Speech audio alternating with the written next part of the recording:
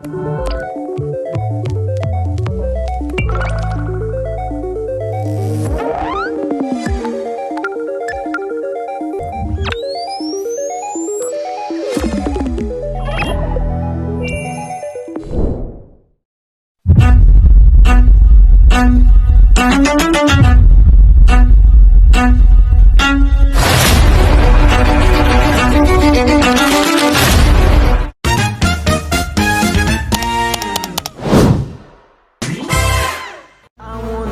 wanna dance in the lights.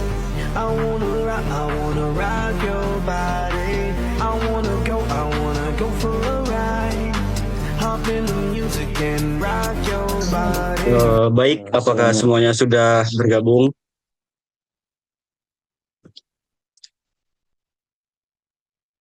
Siap, sudah Pak.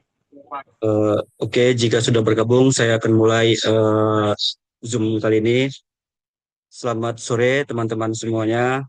Terima kasih sudah meluangkan waktu untuk hadir dalam Zoom meeting pada hari ini. Sore Pak. Semoga kita semua dalam keadaan sehat dan semangat. Dan pada pertemuan kali ini kita akan membahas tentang budaya mutu, GAP, dan GHP kelapa sawit. Saya harap selama kegiatan berlangsung, teman-teman dapat berpartisipasi aktif dan menjaga ketertiban dengan mematikan mikrofon saat tidak berbicara. Baik, tanpa berlama-lama, mari kita mulai kegiatan hari ini.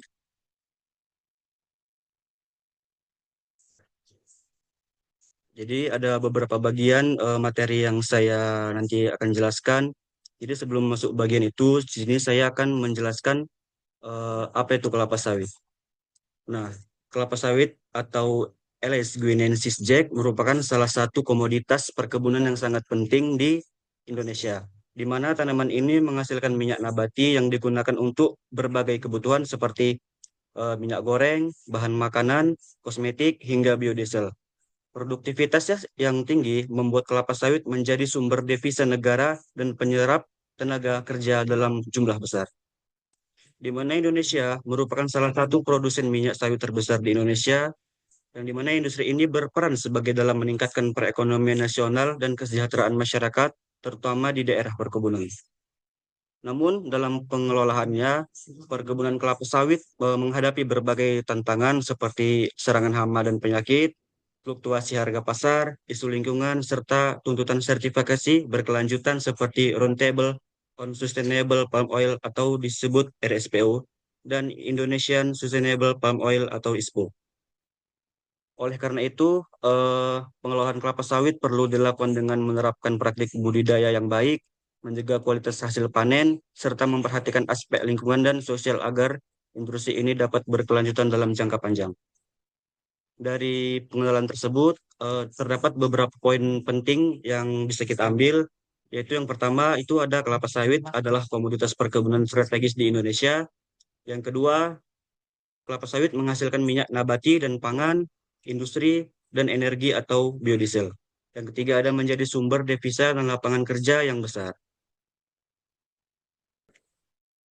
Baik, ada beberapa bagian yang nantinya saya akan jelaskan mengenai budaya mutu, GAP, GHP, dan integrasi dan implementasi praktik mutu holistik.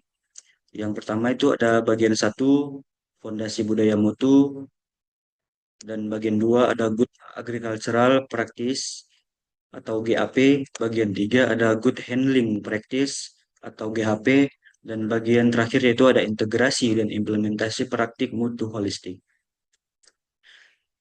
Baiklah, kita masuk di bagian pertama yaitu fondasi budaya mutu, yang dimana kita harus mengenal budaya mutu itu dahulu, yang dimana ada definisi dan signifikansi, yang dimana komitmen organisasi terhadap kualitas berkelanjutan untuk meningkatkan daya saing global dalam industri kelapa sawit secara konsisten, dimana komitmen ini kita harus lakukan secara kolektif dalam organisasi untuk menjaga kualitas secara berkelanjutan agar mampu bersaing di pasar global secara konsisten. Yang kedua yaitu ada manfaat implementasi, di mana peningkatan produktivitas, efisiensi operasional, dan kepercayaan konsumen melalui penerapan budaya mutu. di mana kita harus mengimplementasikan budaya ini secara budaya mutu tersebut akan meningkatkan produktivitas, efisiensi, dan yang terpenting adalah kita membangun kepercayaan konsumen dari kelapa sawit itu tersendiri. Nah, yang kedua, yang terakhir itu ada pilar utama budaya mutu, yang dimana komitmen manajemen, keterlibatan karyawan, standar konsisten, dan continuous improvement untuk kesuksesan. Keberhasilan ini bergantung pada tiga hal, yaitu ada komitmen manajemen atau top down, yang selanjutnya itu ada keterlibatan aktif seluruh karyawan, serta penerapan standar yang konsisten untuk perbaikan terus-menerus atau yang kita bisa ketahui yaitu continuous improvement. Dan selanjutnya itu ada elemen kunci budaya mutu, di mana terdapat beberapa kunci yang harus kita kuasai untuk menjadi elemen kita. Yang pertama itu ada kepemimpinan dan visi, di mana kita harus memanajemen atau menetapkan standar mutu yang jelas dan konsisten untuk seluruh organisasi. Yang kedua ada pengembangan karyawan, di mana kita dalam melakukan pengembangan karyawan ini kita harus melakukan pelatihan secara berkelanjutan di semua level untuk meningkatkan kompetensi dan kesadaran mutu karyawan. Yang ketiga ada komunikasi terbuka, di mana komunikasi ini kita harus melakukan sistem umpan balik, ada feedback dan saran perbaikan memfasilitasi dialog konstruktif antar departemen. Selanjutnya yang itu ada penghargaan dan insentif, di mana penghargaan dan insentif ini kita harus memberikan apresiasi terhadap pencapaian target mutu memotivasi karyawan untuk konsisten berkinerja lebih berkelanjutan. Dan yang terakhir itu ada monitoring dan evaluasi, yang dimana evaluasi berkala KPI atau Key Performance Indikator mutu memastikan efektivitas program dan identifikasi area perbaikan. Dan selanjutnya itu ada implementasi budaya mutu kelapa sawit. Dalam implementasi budaya mutu kelapa sawit terdapat beberapa tahapan, ada 6 tahapan, yaitu tahap pertama itu ada perencanaan, di mana sebelum perencanaan kita harus menetapkan visi dan mutu dan target pencapaian spesifikasi untuk industri kelapa sawit secara menyeluruh dan terukur. Yang kedua itu ada tahap sosialisasi, di mana tahap sosialisasi ini kita harus melakukan komunikasi komprehensif kepada seluruh stakeholder mengenai kebijakan dan standar mutu yang berlaku. Yang selanjutnya itu ada tahap evaluasi, di mana kita harus menganalisis semua hasil monitoring dan identifikasi area perbaikan berdasarkan data yang sudah kita peroleh, dan itu data adalah data yang akurat yang kita kumpulkan. Selanjutnya itu ada tahap eksekusi, di mana kita harus melakukan penerapan prosedur dan protokol mutu di lapangan dengan konsistensi dan disiplin tinggi dari seluruh tim. Selanjutnya itu ada continuous improvement, di mana kita harus melakukan penyesuaian dan optimalisasi berkelanjutan untuk meningkatkan efektivitas budaya mutu secara konsisten. Dan ini adalah salah satu tahap continuous improvement. Yang selanjutnya itu ada yang terakhir yaitu monitoring, di mana kita harus melakukan pengukuran dan pencatatan parameter untuk mutu real time untuk memastikan kepatuhan terhadap standar yang telah ditetapkan. Yang itu ada bagian 2, Good Agricultural Practice, atau yang kita sebut di perkebunan kelapa sawit itu adalah GAP. Pengertian dan manfaat GAP. Sebelum kita lebih lanjut mengetahui apa itu GAP, kita harus mengetahui terlebih dahulu apa itu definisi umum GAP. GAP merupakan serangkaian praktik pertanian terbaik menghasilkan produk berkualitas aman dan berkelanjutan secara menyeluruh. Di mana serangkaian praktik ini dilakukan oleh pertanian terbaik untuk menghasilkan produk berkualitas, aman, dan berkelanjutan. Adapun beberapa manfaat dari GAP ini yaitu adalah yang pertama peningkatan hasil panen. di mana kita meningkatkan produktivitas melalui teknik budaya yang profesional. Ini akan meningkatkan hasil produktivitas kita dengan cara menerapkan teknik budidaya seperti yang saya bilang tadi, yaitu dengan secara optimal dan manajemen tanaman yang profesional. Yang selanjutnya itu ada pengurangan input kimia, yang dimana mengurangi penggunaan pestisida dan pupuk sintesis melalui praktik pertanian yang terukur dan efisien. Selanjutnya itu ada jaminan keamanan dan lingkungan, di mana kita menjamin keamanan pangan dan produk ramah lingkungan sesuai standar internasional yang berkelanjutan, seperti mengurangi input kimia, pestisida, pupuk sintesis agar lebih terukur lagi. Yang terakhir yaitu ada eh, akses pasar premium, di mana kita meningkatkan nilai jual dan akses pasar premium melalui sertifikasi internasional RSPO dan ISCC, di mana kita membuka akses ke pasar premium melalui sertifikasi RSPO dan ISCC tersebut. Selanjutnya yaitu ada beberapa komponen teknis GAP kelapa sawit. Ya, ada beberapa komponen di sini. Yang pertama yaitu kita harus melakukan persiapan lahan atau eh, land clearing, di mana sebelum melakukan teknis GAP tersebut, kita harus menganalisis tanah mendalam, pemilihan varietas unggul, dan sistem drainase optimal untuk pertumbuhan optimal. Di mana sebelum kita melakukan kelapa sawit, kita harus eh, menyiapkan lahan sebaik mungkin untuk kelapa sawit tersebut tumbuh dengan optimal dan melakukan produktivitas yang lebih eh, tinggi dan banyak. Yang kedua ada penanaman, di mana kita harus memahami jarak tanam standar, kedalaman tanaman tepat, serta pemadatan tanah konsisten untuk hasil yang lebih maksimal. Yang selanjutnya itu ada pemeliharaan, di mana kita melakukan pemeliharaan ini, salah satunya contoh kegiatan seperti penyiangan berkala, pemupukan terukur, dan pengendalian hama terpadu sepanjang musim tanam. Dan yang keempat, yaitu ada pemanenan, di mana kita harus mengetahui kriteria kematangan buah yang jelas. Seperti yang saya magang, itu kriteria kematangan buah itu seperti fraksi 2, yaitu brondol 3. Nah, itu yang brondol 3 itu tersebut sudah harus dipanen agar tidak ada FFA naik. Dan selanjutnya itu ada teknik pemetikan aman. Jadi teknik pemetikan aman ini adalah salah satu seperti kita melakukan pemanenan, tetapi itu harus dilakukan dengan full, tidak ada seperti panen matahari. Dan selanjutnya itu ada penanganan pasca panen profesional. Yang terakhir ada pencatatan dokumentasi lengkap setiap aktivitas budaya untuk traceability dan kontrol kualitas berkelanjutan, di mana dokumentasi lengkap setiap aktivitas ini yaitu seperti di CPF, yaitu tempat magang saya, itu dokumentasi lengkap setiap pekerjaan harus dicatat di attendant, yaitu attendant ini adalah kerjaan harian atau pencatatan harian kerja eh, pekerjaan tadi. Baik, selanjutnya itu ada praktik DAP dari lahan hingga pabrik. Ada terdapat beberapa tahapan atau fase. Jadi dari persiapan lahan kita harus melakukan uji tanah, yaitu pemilihan lokasi dan perencanaan infrastruktur untuk kesiapan optimal sebelum penanaman kelapa sawit itu dimulai.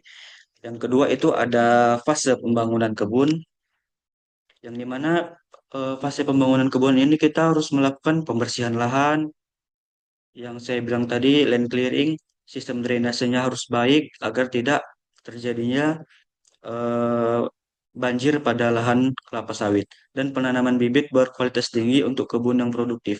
Jadi bibit yang berkualitas tinggi yang dilakukan di CPF tempat magang saya yaitu adalah seperti Damimas, BLRS, dan Verdan. Yang selanjutnya itu ada fase selanjutnya, fase 3, yaitu pengumpulan dan penyimpanan. Pengumpulan dan penyimpanan ini adalah kegiatan seperti sanitasi area, pendinginan cepat, dan penyimpanan terkontrol mempertahankan kesegaran buah. Di mana setelah pengumpulan dan penyimpanan ini, kita harus langsung mengantarkan buah tersebut ke pabrik itu agar tidak terjadinya kerusakan pada buah atau kenaikan FFA. Selanjutnya itu ada fase pemeliharaan tanaman di mana kita harus melakukan program pemupukan teratur, manajemen air, efisien, dan pengendalian penyakit tanaman berkelanjutan. Selanjutnya itu ada pengiriman ke pabrik di mana transportasi aman, pencatatan batch lengkap, dan verifikasi kualitas sebelum pemrosesan lebih lanjut. Dan itu ada fase terakhir yaitu fase 6, di mana kita harus melakukan pemanenan, di mana kita harus melakukan monitoring pematangan buah, di mana monitoring ini agar tidak adanya buah matang yang dipanen, agar benar-benar buah matang dipanen dengan baik, pemetikan selektif tepat waktu, dan pengumpulan hasil panen yang berkualitas. Selanjutnya yaitu ada standar mutu GAP untuk CPO, di mana parameter kualitas CPO quality parameters include moisture content maximum 0,5%, free fatty acids maximum 5%, iodine value 52 sampai 55 gram per 100 gram. Brexit value maksimum 10 mg per kilo and disquality minimum 95% based on GAP standards. Yang dimana parameter utamanya yaitu menetapkan ambang batas maksimal untuk kadar air yaitu 0,5%, FFA asam lemak bebas 5%, dan peroxide value 10 mg per kilogram. Dan ini menggunakan metode uji yaitu menggunakan standarisasi laboratorium seperti oven 150 derajat Celcius untuk kadar air dan Wedge method untuk Lodine value. Dan selanjutnya itu ada monitoring, di mana monitoring ini consistent GAP application throughout production steps ensure quality standards achievement, laboratory monitoring in condition for every production batch to mention compliance and product excellence. Di mana monitoring ini penegasan bahwa pengawasan dilakukan setiap batch produksi untuk memastikan kepatuhan yang standar. Selanjutnya yaitu ada bagian 3, good handling practice GHP, atau yang kita ketahui dalam perkebunan kelapa sawit yaitu adalah GHP. Sebelum kita masuk ke GHP, kita harus tahu dahulu apa itu GHP atau Good Handling Practice. Definisi GHP yaitu praktik penanganan produk higienis, aman, dan terstandar dari panen hingga distribusi untuk menjaga kualitas. Di mana GHP ini adalah praktik penanganan higienis yang untuk menjaga integritas dan kualitas produk serta mencegah kontaminasi di sepanjang rantai pasokan. Dan selanjutnya yaitu ada tujuan GHP yang sudah saya jelaskan tadi, yaitu mencegah kontaminasi atau mempertahankan kualitas dan menjamin keamanan produk sepanjang rantai pasokan. Selanjutnya itu ada relevansi untuk kelapa sawit, yang dimana relevansi untuk kelapa sawit ini itu menjaga integritas CPO, melindungi nilai nutrisi, dan memenuhi regulasi internasional yang berlaku. Selanjutnya yang terakhir yaitu adalah cakupan GHP, yang dimana meliputi sanitasi fasilitas, hygiene personal, pengendalian hama, hingga pengelolaan limbah secara komprehensif. Ini tersebut adalah beberapa dari pengenalan good handling practice. Selanjutnya yaitu ada protokol hygiene dan sanitasi. Yang pertama yaitu hygiene fasilitas, yaitu yang dimana pembersihan reguler, manajemen sampah sistematis, dan pencegahan kontaminasi silang di seluruh fasilitas produksi. Dan yang kedua itu hygiene personal, yaitu pelatihan karyawan berkelanjutan, uniform berkualitas tinggi, serta pemantauan kesehatan dan kebugaran pekerja. Di mana fasilitas dan personal ini menekankan pembersihan rutin, manajemen sampah, serta pelatihan karyawan agar memiliki standar kesehatan yang tinggi saat bekerja.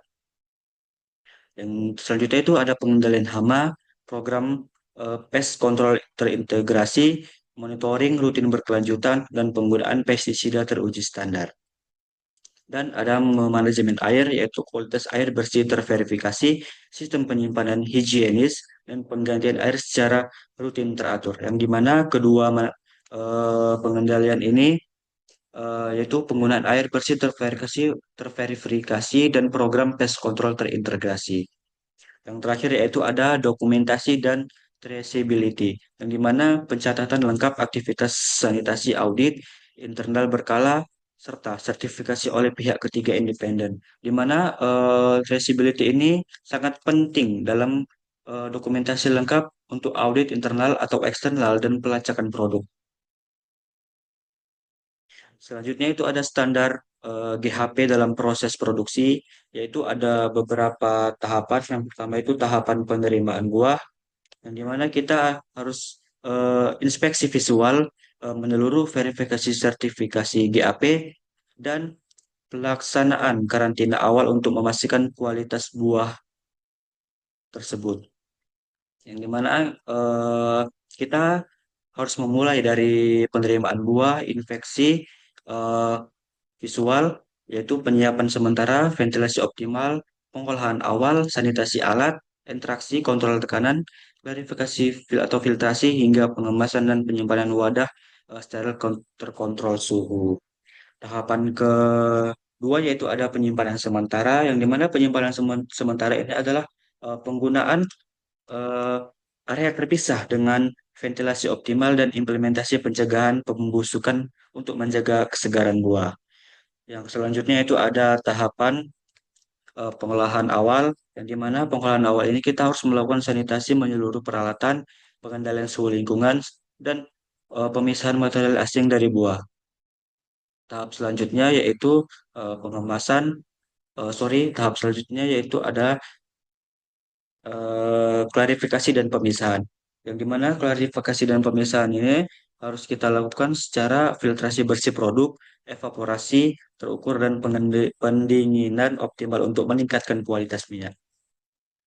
Dan selanjutnya yaitu ada tahap pengemasan dan penyimpanan, yang dimana pengemasan dan penyimpanan ini yaitu penggunaan wadah yang steril, labelisasi lengkap, dan pemeliharaan suhu penyimpanan pada rentang 25 derajat Celcius.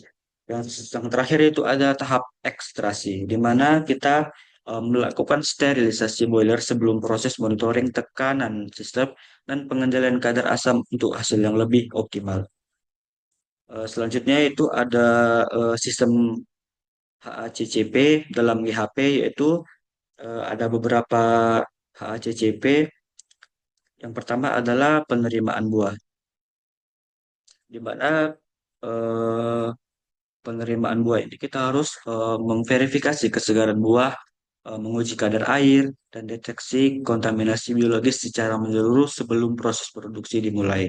Yang kedua ada CCP2 yaitu sterilisasi, di mana kita harus mengontrol suhu minimum yaitu 60 derajat Celcius selama 90 menit.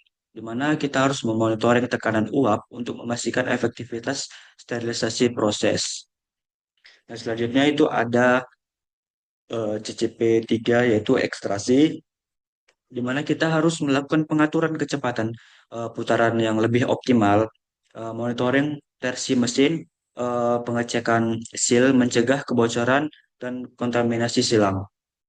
Yang selanjutnya itu ada CCP4 klarifikasi, yaitu di mana kita harus melakukan pengaturan suhu, penyimpanan tepat, monitoring waktu settling, kontrol viskositas untuk kualitas minyak yang lebih optimal. Yang selanjutnya yaitu ada CCP5 yaitu pendinginan, di mana kita harus melakukan penurunan suhu bertahap terukur, pengecekan sistem pendinginan berkala, pencegahan kondensasi pada produk yang lebih terakhir. Yang terakhir itu ada CCP6 yaitu pengemasan, di mana pengemasan ini kita harus melakukan sterilisasi keamanan sebelum penggunaan, verifikasi soal sempurna, pengecekan laboratorium sampai final produk tersebut akan dijual ke luar. Yang terakhir yaitu ada bagian 4, integrasi dan implementasi praktik mutu holistik. Yang dimana ada hubungan sinergis GAP, GHP, dan budaya mutu, di mana ini terdapat hubungan yang sinergi. Yang pertama yaitu ada budaya mutu sebagai fondasi bahwasanya komitmen organisasi yang memadu setiap keputusan dan tindakan operasional secara konsisten dan berkelanjutan. Ini adalah fondasi yang bahwasanya ini adalah sikap sikap kerja kita. Yang selanjutnya itu adalah GAP untuk input berkualitas, di mana kita harus memastikan bahan baku atau TBS berkualitas tinggi, seperti kita memastikan bahan baku CPO segar memenuhi standar teknis lapangan yang telah ditetapkan organisasi. Ini versus GHP, Good Handling Practice untuk proses kontrol.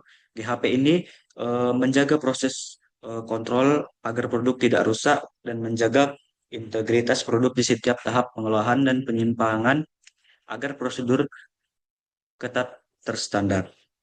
Dan yang terakhir yaitu ada output excellent, di mana produk CPO premium memenuhi spesifikasi internasional dan memberikan kepuasan konsumen maksimal yang berkualitas, sehingga output excellent berupa produk CPO premium yang memenuhi spesifikasi internasional. Selanjutnya itu ada roadmap implementasi terpadu, di mana ini ada beberapa roadmap ya. Bulan pertama sampai kedua yaitu ada fase persiapan awal, di mana asesmen awal, identifikasi GAP, perencanaan detail, alokasi sumber daya komprehensif untuk kesuksesan implementasi. Dan bulan ketiga sampai keempat yaitu ada fase pelatihan dan sosialisasi. Pelatihan intensif karyawan, sosialisasi, budaya mutu, dan audit internal Baslin untuk membangun fondasi kuat. Di mana bulan 1 sampai 4 ini adalah persiapan asesmen GEP dan pelatihan intensif untuk membangun fondasi agar lebih kuat. Dan ada bulan 5 sampai 8 yaitu fase implementasi GAP lapangan, di mana kegiatan ini adalah implementasi GAP di lapangan, optimalisasi sistem irigasi, pengurangan input sintesis secara terukur dan berkelanjutan. Ada bulan 9 sampai 12 yaitu ada fase implementasi GHP pabrik, di mana kegiatan ini adalah melakukan implementasi GHP di pabrik, instalasi sistem HACCP, sertifikasi pihak ketiga untuk jaminan kualitas produk. Bulan 5 sampai bulan 12 itu adalah kegiatan yang dilakukan melakukan implementasi GAP di lapangan kebun dan GHP di pabrik. Selanjutnya itu ada bulan 13 sampai 18 yaitu fase monitoring dan perbaikan, di mana monitoring ini dilakukan secara berkelanjutan, continuous improvement, dokumentasi lengkap untuk memastikan standar operasional terjaga konsisten. Selanjutnya itu ada bulan terakhir yaitu bulan 19 sampai 24, di mana bulan ini adalah kegiatan fase audit dan sertifikasi. Eh, ada beberapa kegiatan yaitu audit eksternal, penyesuaian proses, target sertifikasi RSPO atau ISCC sebagai bukti komitmen keberlanjutan global.